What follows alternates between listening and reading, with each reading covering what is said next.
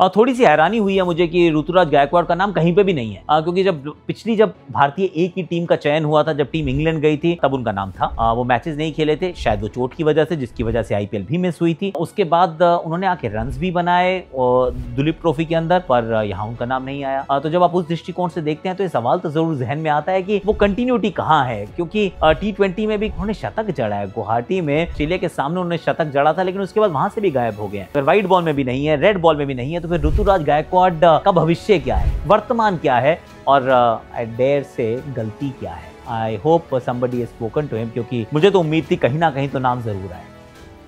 ये बात सेम अयूब ने तो नहीं बोली थी कि भाई मैं 6 छक्के मारूंगा जसप्रीत बुमराह को, ये बात किसी और ने बोली। अब जितने में उतनी बातें, और जिसने कहा वो कहा, उसका खामियाजा बेचारा यहाँ बल्लेबाज भुगत रहा है। अगर तो बल्लेबाज ने कही होती तो मैं पक्का कहता कि देखो जी ऐसा है, let your bat do the talk, let your ball do the talking. लेकिन जब आपने कुछ बोला ही नहीं है और आपके ऊपर किसी और ने मतलब जबरदस्ती आपका कंधा यूज किया और they fired a gun, I mean what can you do. पर ये बात तो सबके लिए है, चाहे वो हमारे फॉर्मर क्रिकेटर्स हो या उनके फॉर्मर क्रिकेटर्स हो, कि थोड़ा सा रीजनेबल अगर रहेंगे तो फिर you will not have to bite your own words, you don't have to chew your own words. So that is universal advice कि जो दिख रहा है उतना बोल दीजिए, और अगर अपनी टीम की तारीफ भी करनी है तो थोड़ा सा रीजनेबली करिए। I think that is just par for the cause.